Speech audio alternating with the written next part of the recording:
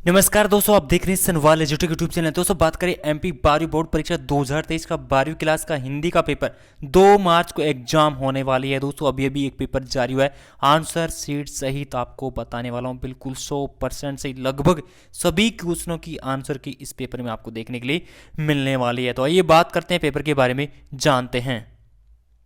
जी हाँ दोस्तों, ये है हिंदी का पेपर है, 12वीं क्लास का है, एमपी बोर्ड का। आइए बात करते हैं फर्स्ट क्वेश्चन के बारे में, जानते हैं फर्स्ट क्वेश्चन क्या दे रखा है इसमें दे रखा है सही विकल्प चुनना है। वीडियो को लाइक भी कर देना और चैनल को जरूर सब्सक्राइब कर लेना सभी दोस्तों को, क्योंकि आपके सारे पेपर आपको देखने के लिए मिलने वाले हैं। तो यहाँ पे फर्स्ट है छायावाद की कवियत्री है, तो छायावाद की जो कवियत्री है वो है महादेवी वर्मा, यानी कि ब ऑप्शन इसका राइट होगा। दूसरा है ज्ञान मार्गी शाखा के कवि है, तो ये थे कबीर दास, ए ऑप्शन इसका बिल्कुल राइट होगा। उसके बाद में आता है विश्वास में विष घोलने का काम किसने किया है, ये किया है सुजान ने, ब ऑप्शन इसका राइट होगा। नेक्स्ट है लोकगीत कजली है, तो लोकगीत कजली यहाँ पे सावन गीत, यानी कि स ऑप्शन इसका क्या होगा, राइट होगा। उसके बाद में ताता टोपे को रखा गया था, तो पांचवा क्वेश्चन का आने वाला यहाँ पे पड़ोस के जंगल में, ठीक है, पड़ोसन के जंगल में रखा गया था। उसके बाद हम बात करते हैं नेक्स्ट क्वेश्चन के बारे में। रेगिस्तान देख सकते हैं यहाँ पे, रेगिस्तान पूछा है कि जयशंकर प्रसाद के बारे में पूछा है। जयशंकर प्रसाद के प्रमुख कवि थे, तो कौन थे जयशंकर प्रसाद के प्रमुख कवि? छायावाद, बिल्कुल इसमें क्या आने वाला है, दूसरा ऑप्शन। छायावाद क्या थे, जयशंकर प्रसाद के कवि थे।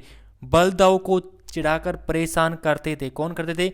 श्री कृष्ण, इसमें श्री कृष्ण आएगा। नेक्स्ट है नैनो टेक्नोलॉजी का उपयोग में होता था, तो ये होता था जल शोधन के अंदर। नेक्स्ट है रचना के आधार पर वाक्य प्रकार के होते हैं, वाक्य कितने प्रकार के होते हैं?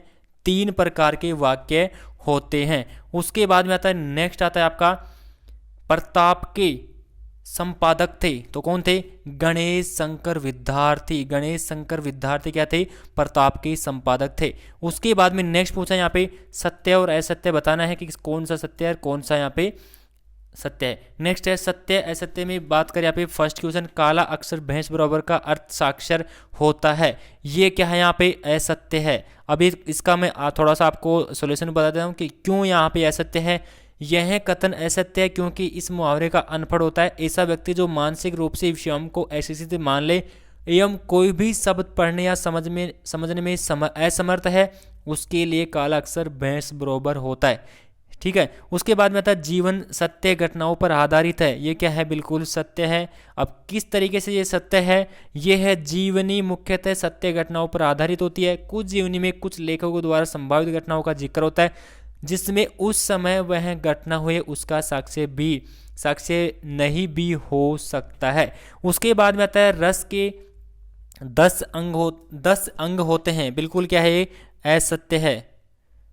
रस के 10 अंग होते हैं, बिल्कुल क्या है? असत्य है। तो रस के 4 अंग होते हैं, ये ध्यान रखना, रस के 4 अंग होते हैं। नेक्स्ट है गोपियों के मन में बलदाऊ बसे हुए, गोपियों के मन में बलदाऊ बसे यानी कि असत्य है। गोपियों के मन में श्री कृष्ण बसे, श्री कृष्ण होता ना यहाँ पे, तो सही होता है। नेक्स्ट है काला रंग अशुभ का प्रतीक है, ये क्या है? बिल्कुल है सत्य है। काला रंग क्या होता है? अशुभ का प्रतीक होता है, बिल्कुल सत्य। अब क्यों सत्य? ये मुख्यतः लोगों का सोचना ऐसा है कि काला रंग अशुभ होता है, उसका हिसाब से यह कथन सत्य है, पर देखा जाए तो कोई भी रंग अशुभ नहीं होता है, ठीक है। उसके बाद में आता है नेक्स्ट आता है 4 क्वेश्चन में आपको क्या करना है? यहाँ पे जोड़ी मिलान करना है कि कौन सी जोड़ी कौन से के अंदर मिलने वाले हैं। तो सबसे पहले हम बात करते हैं यहाँ पे सभी विपत्तियों को हरते हैं, तो पहले में आएगा सी ऑप्शन गणेश जी, ठीक है, गणेश जी सभी विपत्तियों को हरते हैं। नेक्स्ट है व्यंग्य की प्रधानता, तो व्यंग्य की जो प्रधानता है उसमें आएगा, दूसरे के अंदर आएगा ऐप आएगा यहाँ पे, यानी कि नई कविता, ऐप का मतलब होगा यहाँ पे 6 आएगा।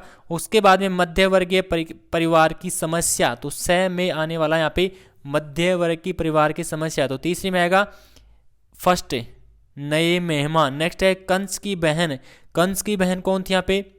देवकी, ठीक है। उसके बाद में कंस की बहन थी देवकी, सॉरी ये आएगा यहाँ पे कंस की बहन देवकी थी। गाय करुणा की कहानी है, तो इसमें आने वाला है महात्मा गांधी, ठीक है। तो ये आपका हो चुका है। उसके बाद हम बात करते हैं नेक्स्ट क्वेश्चन के बारे में। नेक्स्ट क्वेश्चन में यहाँ पे एक वाक्य में क्या करना, आपको उत्तर देना है। एक वाक्य में उत्तर देना है। फर्स्ट में बात करें यहाँ पे तो फर्स्ट में मथुरा से योग सिखाने कौन आया था, तो मथुरा से योग सिखाने कौन आया था, उद्धव, उद्धव, ठीक है, उद्धव आया था। नेक्स्ट है वह किन दो रूपों में हमारे सामने आता है, तो वह दो रूपों में आता है, एक तो असाध्य रूप से, एक साध्य रूप से, ठीक है। असाध्य, असाध्य आप इस तरीके से लिखेंगे, असाध्य और साध्य हो गया, तो असाध्य और साध्य रूप में आया था, क्योंकि एक वाक्य में उत्तर देना है इनका। नेक्स्ट है जहां किसी व्यक्ति या वस्तु लक्ष्य में रखकर अन्य के लिए बात कही जाए वहां कौन सा अलंकार होता है, तो वहां होता है अन्योक्ति अलंकार, आदा न योक्ति, अनोक्ति अलंकार, ठीक है। उसके बाद में आता है प्रयोगवाद का प्रारंभ कब हुआ, तो ये हुआ था सन 1943 के अंदर। नेक्स्ट है बसंत कौन सा भाव लेकर आता है, प्रसन्नता और उत्कर्ष का। गाइस वीडियो को लाइक कर देना क्योंकि बहुत मेहनत लगती है इस आंसर के बनाने के अंदर। नेक्स्ट आता है आपका मीरा कैसा वेश रखना चाहती थी। अब ये आपके क्वेश्चन आते हैं 2 नंबर के, इनके भी आंसर के मैं बता देता हूँ, जल्दी से फटाफट नोट कर लेना। मीरा कैसा वेश रखना चाहती थी, मीरा अपने स्वामी श्री कृष्ण के लिए वैरागिन का वेश धारण करना चाहती थी। इसके अतिरिक्त मीरा के प्रभु जिस वेश को धारण करने से प्रसन्न होते थे वह उसी का वेश धारण करना चाहती थी। जिसको नहीं समझ में आए दोबारा से रिपीट कर लेना, ठीक है, वीडियो को। नेक्स्ट आता है कृष्ण ने दही को दोना कहाँ छिपाया, तो एक दोना अपनी पीठ के पीछे छिपा लिया था। उसके बाद में आता है नेक्स्ट क्वेश्चन यहाँ पे चातक को घातक क्यों कहा जाता है, तो प्रिय के अभाव में चातक की जो बोली हृदय को कष्ट पहुंचा रही थी, इसलिए कवि ने चातक को घातक कहकर संबोधित किया है। उसके बाद में आता है मिट्टी कुमार को क्या सीख देती है, तो मिट्टी कुमार को यह सीख देती है कि आज तू मुझे पैरों के नीचे रौंद कर प्रसन्न हो रहा है, कल वह समय आएगा जब मैं तुझे अपने नीचे रौंदूंगी। कहने का तात्पर्य है कि मृत्यु के बाद मनुष्य का मिट्टी का चोला मिट्टी में ही मिल जाता है। उसके बाद में आता है 8 क्वेश्चन में पूछा यहाँ पे खग कुल सा क्यों बोलने लगता है, यानी कि जो खग है कुल सा क्यों बोलने लगता है, तो पक्षियों का चहकाने का कहलरव कहते हैं। कल का रव यानी कल की आवाज़, इसी को यहाँ कुल कहा जाता है। कुल का एक अर्थ होता है कि समय, और खग कुल यानी पक्षियों का समय कुल सा बोल रहा था, अर्थात पक्षी के कलरव कर रहे थे। इस बात को कवि ने बड़ी सुंदरता से उपमानों के सारे व्यक्त किया गया। कुल सा पर ध्यान दे, उषा नगरी अंबर रूपी पनघट में तारा घट डूबो रही है, पानी में डूबो कर घड़ा भरते समय कुल की आवाज होती है, वह खग कुल पक्षी समूह के कलरव से व्यक्त हो रही है, इसलिए कहा है कि खग कुल सा बोल रहा है। ये आंसर आप एक्चुअली आप परीक्षा में करके आएंगे तो आपके नंबर नहीं कटने वाले हैं। क्षणिक आतंक से क्या तात्पर्य है, क्षणिक आतंक से क्या तात्पर्य है, यह अथवा में दे रखा है, तो इससे तात्पर्य है कि कुछ देर के लिए आए हुए भय या और नकारात्मक से हैं, वह भय या नकारात्मक एक क्षण में ही नष्ट हो जाता है, वह हमारा कुछ भी नहीं बिगाड़ सकता है। उसके बाद में आता है केवल के अनुसार पग दूरी का क्या प्रभाव है, तो इसका आंसर आएगा केवल ने श्री राम की पग दूरी के प्रभाव को व्यक्त किया है। केवट के अनुसार राम की पग दूरी को प्रभाव ऐसा है कि उसके स्पर्श मात्र से शिला भी स्त्री के रूप में परिवर्तित होती है। उसके बाद में आता है नेक्स्ट है फूल और मालिन दोनों कब मुरझा जाएंगे। बिल्कुल 100% सही आंसर की आपको बता रहा हूँ, सारे क्वेश्चनों की बताऊंगा, बिल्कुल आराम से आप सुनते रहिए। इसमें आएगा फूल और मालिन दोनों में मुरझा जाते हैं। इसके बारे में आपको बता देता हूं कि देखो, मालिन मुझे न तोड़ो कविता के माध्यम से कवि ने अपने जीवन की क्षणिक सुख का आनंद लेने की बात कही है। फूल और मालिन की तुलना करते हुए वे दोनों को तन मन से कोयल मानते हैं। दोनों का ही यौवन आकर्षक क्षणिक है, दोनों ही शीघ्र मुरझाने वाला जीवन जीते हैं। अतः क्षणिक जीवन का आनंदोत्सव मनाने का आग्रह फूल मालिन से करते हैं। प्रस्तुत कविता के माध्यम से जीवन की क्षण भंगुरता की ओर संकेत किया गया है। उसके बाद में आता है नेक्स्ट क्वेश्चन, आता है यहाँ पे 10 क्वेश्चन में क्या पूछा है यहाँ पे, बसंत के आगमन पर प्रकृति में क्या क्या परिवर्तन होते हैं। बहुत इजी क्वेश्चन दोस्तों, आपके एग्जाम आने वाले हैं। तो इसका आंसर आएगा बसंत के आगमन पर नवयुक्ति बेल रूपी दुल्हन ने नवीन कोयलों के वस्त्र धारण कर लिए हैं, भौरे गुंजार रहे हैं वो, और बेलों के पुष्पों का हार पहनकर समीर धीरे धीरे बहने लगता है। धरती रूपी नायिका का सुनहरी धान्य भरा आंचल लहराने लगा है। उसके बाद में आता है यहाँ पे सांझ सकारे भारत माता की आरती कौन करता है, तो ये करता था सूरज और चंदा। ठीक है, सूरज और चंदा करता था। उसके बाद में आता है नेक्स्ट क्वेश्चन, किस भय के कारण व्यापारी व्यवसाय में हाथ नहीं डालते थे, तो अर्थ हानि के भय से व्यापारी व्यवसाय में हाथ नहीं डालते थे। बहुत शॉर्ट आंसर, 2 नंबर आपको इसमें मिल जाएंगे ऐसे कैसे। नेक्स्ट है गदाधर बाबू के लिए मधुर संगीत क्या था, गदाधर बाबू के लिए मधुर संगीत क्या था, तो ये था गदाधर बाबू के लिए पटरी पर रेल के पहियों की खटखट मधुर संगीत था। अर्थात इसका मतलब होगा उषा प्रियवदा द्वारा लिखी कहानी वापसी के केंद्रीय पात्र गदाधर बाबू हैं। ठीक है, उसके बाद में आता है नेक्स्ट आता है रेवती अपने घर को जेल खाना क्यों कहती थी, तो ये कहती थी कि रेवती अपने घर को जेल खाना कहती थी क्योंकि उसका घर छोटा, घुटन वाला तथा जीवन की सुविधाओं से रहित जेल खाने की तरह कोठरी जैसा था। बहुत इजी क्वेश्चन है। उसके बाद में आता है रेडीमेड अध्यक्ष किसे कहा जाता है, तो रेडीमेड अध्यक्ष वह हैं जो विषयों पर एक ही अंदाज से एक ही बात करता हो और उसे सब में से एक सा आनंद आने लगता है, सभी जगह बोलने के लिए तैयार रहता है। उसके बाद में आता है नेक्स्ट क्वेश्चन। अब आते हैं आपके नेक्स्ट क्वेश्चन, 13 क्वेश्चन है, तात्या मानसिंह के संरक्षण में क्यों गए, तो तात्या मानसिंह संरक्षण में क्यों गए, यानी कि मानसिंह तात्या के विश्वसनीय मित्र थे। 1 वर्ष से आज़ादी की लड़ाई में दौड़ते दौड़ते थक गए थे तथा उसका स्वभाव भी बिगड़ चुका था, इस कारण से मानसिंह के संरक्षण में आए। उसके बाद में बात करते हैं नेक्स्ट क्वेश्चन है, यहाँ पे मुझसे बड़ा तो मेरा नाम है, लेखक ने इसे ऐसा क्यों कहा, तो इसका आंसर है कि लेखक जब किसी पत्र पत्रिका में अपना नाम पढ़ता था तो सोचता है कि मुझे बड़ा तो तेरा नाम है, जहाँ मैं नहीं जा सका वहाँ वह पहुँचा, और जिसमें मैं वहीं मिल सका उनसे वह मिला, उनके बड़े आदमी से मेरे परिचय करवाया। अगर लेखक अपना नाम न बताए संपादक उसे कार्यालय में न घुसने दे, ट्रेन में अंतर्गत मित्र अपना बिस्तर बंद हटाकर स्वयं लेट जाए, नाम की चिटकी कार्यकालों में जाने की आज्ञा देती है, सदा नाम बीच में आकर रक्षा करता है, इसी कारण लेखक ने नाम को बड़ा कहा है। उसके बाद में आता है नेक्स्ट, उत्तराखंड के चारों धाम किन किन पवित्र नदियों के किनारे बसा है, तो ये बात करें यहाँ पे कि किन किन नदियों के पवित्र बसारे, एक तो गंगोत्री का जो मार्ग है गंगा नदी किनारे है, यमुनोत्री का मार्ग यमुना नदी किनारे है, बद्रीनाथ का मार्ग अलकनंदा नदी के किनारे तथा केदारनाथ का मार्ग मंदाकिनी नदी के किनारे गया है। उसके बाद में आता है नेक्स्ट क्वेश्चन, यहाँ पे पूछा है कि गवाले ने गाय को सुई क्यों और कैसे खिला दी, गोरों के आ जाने से गवाले की कमाई कम होने लगी थी, लेखिका गोरों के दूध के आसपास के लोगों में बांट दी थी और लोगों ने गवाले से दूध लेना बंद कर दिया था, परिणामतः गवाले ने अक्सर मिलते ही गुड़ में सुई लपेटकर गाय को खिला दी।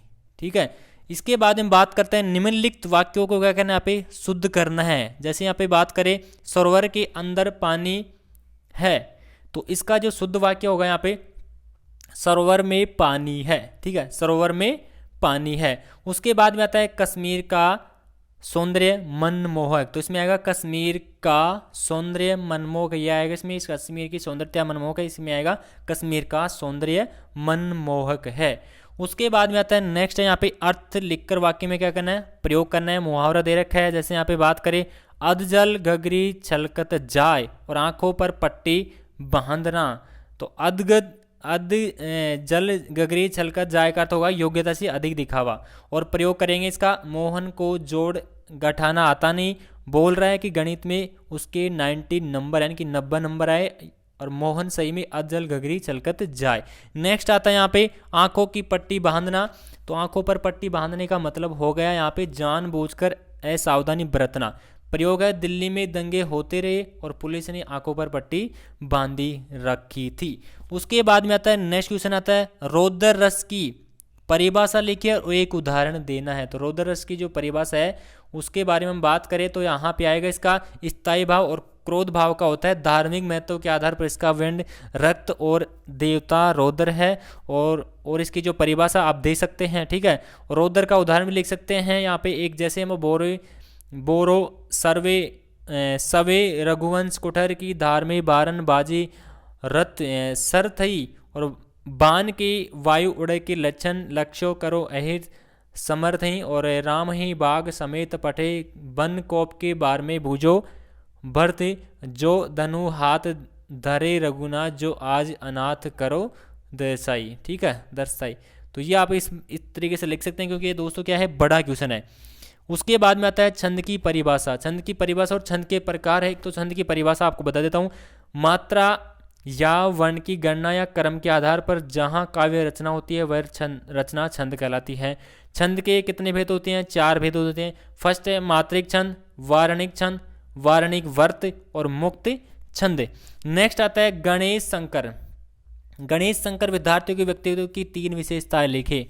तो फर्स्ट विद्यार्थियों की आता है यहाँ पे जो विद्यार्थी जी महान देशभक्त और समाज परिवर्तक है। अपने पत्र के माध्यम से देशभक्ति संबंधित लेख और कविताओं के द्वारा जनमानस को आंदोलित करने का मुख्य भूमिका निभाते हैं। दूसरा है गणेश शंकर विद्यार्थी कुशल राजनीतिक और उच्चकोटि के साहित्यकार थे। वे कानपुर शहर की राजनीतिक जीवन के प्राण थे। देश भर के साहित्यकार के मध्य उनका नाम सम्मान्य था। और गणेश शंकर विद्यार्थी में बला की प्राण शक्ति थे और प्रताप के संपादक और संचालन के साथ साथ क्रांतिकारी की जी तोड़ सहायता करना, विविध आंदोलन में भाग लेकर जेल जाना, मजदूरों की सहायता करना इत्यादि उसके जो अद्भुत प्राण शक्ति थे, ठीक है। उसके बाद हम बात करते हैं, नेक्स्ट है माँ ने राम कुमार वर्मा की पढ़ाई के संबंध में क्या निर्देश दिए थे। तो डॉक्टर राम कुमार वर्मा की माँ के सुशिक्षित और सुसंस्कृत महिला थी। वे अपने बच्चों में भी शिक्षा के उच्च संस्कार प्रदान करना चाहते थे और वह उन्हीं के मार्गदर्शन से का फल था कि डॉक्टर राजकुमार वर्मा कभी अनुत्तीर्ण नहीं हुए हैं बल्कि वे सदैव अच्छे डिवीजन में उत्तीर्ण हैं। तो पढ़ाई के संबंध में उसकी मां ने कहा था कि पढ़ाई में उन्हें पहले दर्जे का ध्यान रखना चाहिए और अपने लक्ष्य के प्रति एकाग्र और समर्पण के साथ उन्हें सदैव प्रयत्नशील रहना चाहिए। जिस प्रकार महाभारत काल में अर्जुन ने चिड़िया को केवल आंख पर अपना ध्यान रखा था, ठीक है। उसके बाद हम बात करते हैं नेक्स्ट क्वेश्चन के बारे में। 18 में क्या है, यहाँ पे भाव विस्तार करना है। और यहाँ पे बात करें सबसे पहले कि धर्म पार्थक्य का नहीं एकता का द्योतक है। ये भी दोस्तों यहाँ पे क्या है, 3 नंबर का क्वेश्चन है। इसका आंसर दीजिए। राष्ट्रभाषा किसे कहते हैं, राष्ट्रभाषा की कोई 2 विशेषताएं लिखिए। तो राष्ट्रभाषा की हम बात करें तो परिभाषा तो आप दे सकते हैं कि क्या क्या है, बट विशेषता आपको बता देता हूँ। राष्ट्रभाषा देश में बहुसंख्यक लोगों की भाषा है। राष्ट्रभाषा सीखने में सरल होती है तथा इसकी लिपि वैज्ञानिक है। राष्ट्रभाषा संविधान द्वारा मान्यता प्राप्त होती है और यह देश शिक्षा में समाचार पत्रों की भाषा होती है। यह है राज्यभाषा। संपर्क भाषा हो सकती है, ठीक है। श्लेष अलंकार की परिभाषा। श्लेष का अर्थ होता है चिपकना, ठीक है। जहां एक शब्द एक ही बार प्रयुक्त होने पर 2 अर्थ दे वहां श्लेष अलंकार होता है। जहां एक ही शब्द में 2 अर्थ चिपके वहां श्लेष अलंकार होता है। श्लेष अलंकार के उदाहरण बात करूं मैं, रहीमन पानी राख्यो बिन पानी सब सोन, पानी गयो न उभरे मोती मानस सोन, ठीक है। इसका दे सकते हैं स्पष्टीकरण भी दे सकते हैं कि यहाँ पर पानी शब्द के अर्थ 3 प्रयुक्त होता है, जैसे चमक हो गया, सम्मान हो गया, चोन हो गया, ठीक है। उसके बाद हम बात करते हैं नेक्स्ट क्वेश्चन के बारे में। विभोवन और विशक्ति अलंकार में अंतर बताना है। तो ये भी बहुत इजी क्वेश्चन है। जहाँ कारण के न होते हुए भी कार्य का होना पाए वहाँ विभावन अलंकार होता है। और काव्य में जहाँ कारण के होते भी कार्य का न होना वहाँ विभक्ति अलंकार होता है। तो इसका एक एक उदाहरण आप ही दे सकते हैं। उसके बाद में आता है 4 नंबर क्वेश्चन आते हैं। प्रगतिवाद की 2 विशेषता बता दे। 2 प्रमुख कवियों के नाम एक एक रचनात्मक और लिखना है, ठीक है। उसके बाद में आता है छायावाद और रहस्यवाद में क्या अंतर है, इसके बारे में बताना है। और उसके बाद में आता है रेखा चित्र और स्मरण में 4 अंतर बताने हैं। और उसके बाद में आता है नाटक और एकांकी में कितने अंतर बताने, यहाँ पे भी 4 अंतर बताने हैं। और नेक्स्ट क्वेश्चन की हम बात करें, यहाँ पे 22 क्वेश्चन में क्या पूछा है, यहाँ पे तुलसीदास अथवा जयशंकर प्रसाद का साहित्य परिचय निम्नलिखित बिंदुओं के आधार पर देना है। 2 रचनाएं भावपक्ष, कलापक्ष और साहित्य में स्थान होगा। 23 क्वेश्चन में आचार्य रामचंद्र शुक्ल तथा शरद जोशी का साहित्यिक परिचय निम्नलिखित बिंदुओं के आधार पर देना है, 2 रचनाएं, भाषा और साहित्य का स्थान। उसके बाद में आता है निम्नलिखित पद्यांश के सहप्रसंग सहित क्या करनी है, व्याख्या करनी है। और उसके बाद में अथवा में दे रखा है, दोनों में से आपको एक क्वेश्चन हल करना होगा यहाँ पे। और गद्यांश के सहप्रसंग सहित व्याख्या करनी है, एक और आ चुका है 25 क्वेश्चन। इसके अंदर भी देख सकते हैं यहाँ पे 2 दे रखा, अथवा वाला दे सकते हैं, दोनों में से आपको एक करना है। उसके बाद में गद्यांश दे रखा है, इन गद्यांशों को पढ़कर क्या देना है यहाँ पे, आंसर देना है, जो आंसर आपको बताने वाला हूँ, ठीक है। तो गाइस सबसे पहले तो हम बात करें उपयुक्त गद्यांश का शीर्षक क्या है। तो बीच में आएगा शीर्षक होगा शिक्षण का उद्देश्य। नेक्स्ट है सही क्रम क्या है, तो सही क्रम आएगा यहाँ पे जो लक्ष्य की प्राप्ति करवाए। उसके बाद में आता है उपयुक्त गद्यांश का सारांश क्या है, तो यहाँ पे आएगा श्रम ही कर्मठता है और कर्मठ व्यक्तियों को से ही देश प्रगति करता है, अतः सही शिक्षण द्वारा व्यक्तियों को कर्मठ बनाना आवश्यक है।